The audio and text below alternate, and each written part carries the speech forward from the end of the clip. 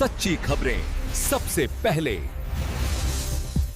कल दिनांक 19 को ये कोतवाली थाना क्षेत्र में जनपद एटा में 4 लोगों के मृत्यु की सूचना प्राप्त हुई थी, हत्या की सूचना प्राप्त हुई थी, जिसमें 3 महिलाएं थी और 1 पुरुष थे।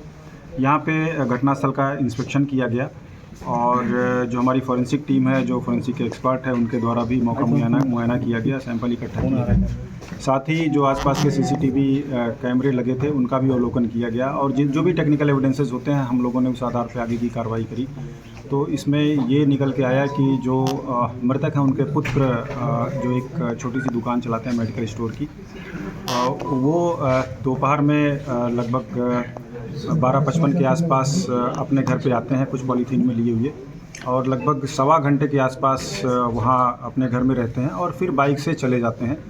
सभी तरफ कैमरे लगे हैं, घर के पीछे भी लगे हैं, घर के आगे भी लगे हैं और उनके जाने के लगभग 20 मिनट बाद उनका छोटा बेटा आता है जो घर के अंदर जाता है तो उसको डेड बॉडी इस तरह से दिखती है और बाहर आकर के वो सूचना देता है जो पड़ोसी के लोग हैं, फिर पुलिस को ये सूचना मिलती है। तो इसमें सारी चीज़ों की एनालिसिस की गई, देखा गया, CDR से लेकर सब कुछ देखा गया, आसपास भी लोगों से गोपनीय तरीके से भी जानकारी इकट्ठा की गई।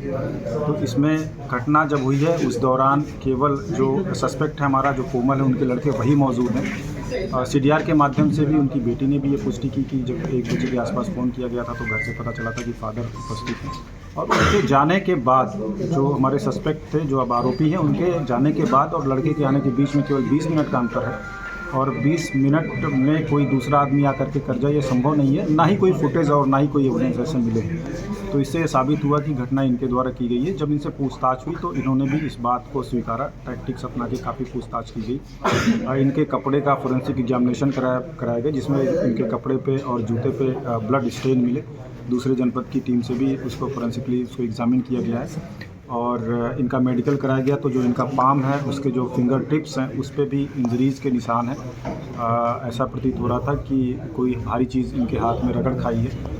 जो मर्डर वेपन था वो ईंट था जो घर के अंदर ही मौजूद था, छत से उठा के ले आए थे। तो ये सारी चीज़ें कनेक्ट करती हैं कि मर्डर इनके द्वारा ही किया गया है। इनकी स्वीकारोक्ति भी है इस मामले में।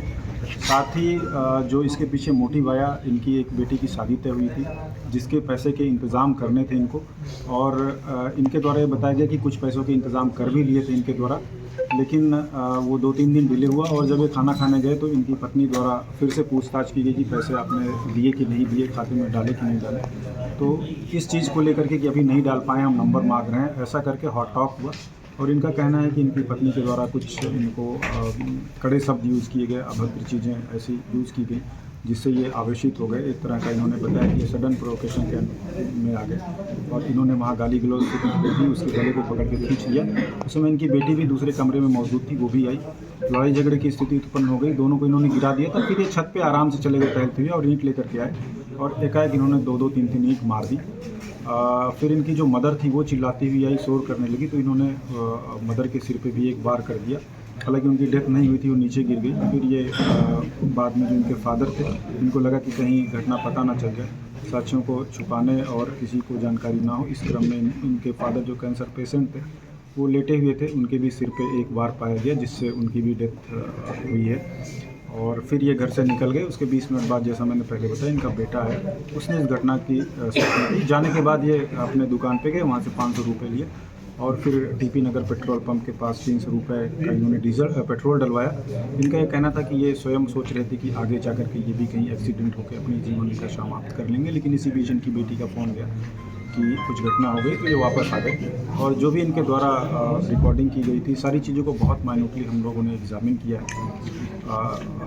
इन्होंने जैसा कि स्वीकार भी किया है। आगे इसमें इन्वेस्टिगेशन जारी है और इसमें जो है हम एक विशेष टीम का, चूँकि बड़ी विवेचना है और फोरेंसिक एविडेंस भी काफ़ी है, तो इसमें एक स्पेशल इन्वेस्टिगेशन टीम 4 विवेचकों की बनाई गई है जिसमें क्षेत्राधिकारी स्वयं विवेचना करेंगे। उनके अतिरिक्त जो और लोग भी रहेंगे वो भी विवेचना में शामिल रहेंगे, पर्चे काटेंगे। इसकी विस्तृत विवेचना की जाएगी और साथ ही हम लोग कोशिश करेंगे कि जल्दी चार्जशीट फाइल करें ताकि इसमें ट्रायल के बाद सजा दिलाई जा सके। डीआई साहब, इसका आरोपी का कोई पहला आपराधिक इतिहास भी है क्या? नहीं, कोई अभी तक का ऐसा कोई जानकारी में नहीं आया है कोई आपराधिक इतिहास। जैसा मैंने बताया, हम इन्वेस्टिगेशन कर भी रहे हैं और भी कुछ तथ्य पता चले हैं इनके बारे में, उसकी भी छानबीन की जाएगी। अगर साक्ष्य की दृष्टि से कोई भी तथ्य महत्वपूर्ण होगा तो हम लोग उसको विवेचना में शामिल करेंगे। Thank you.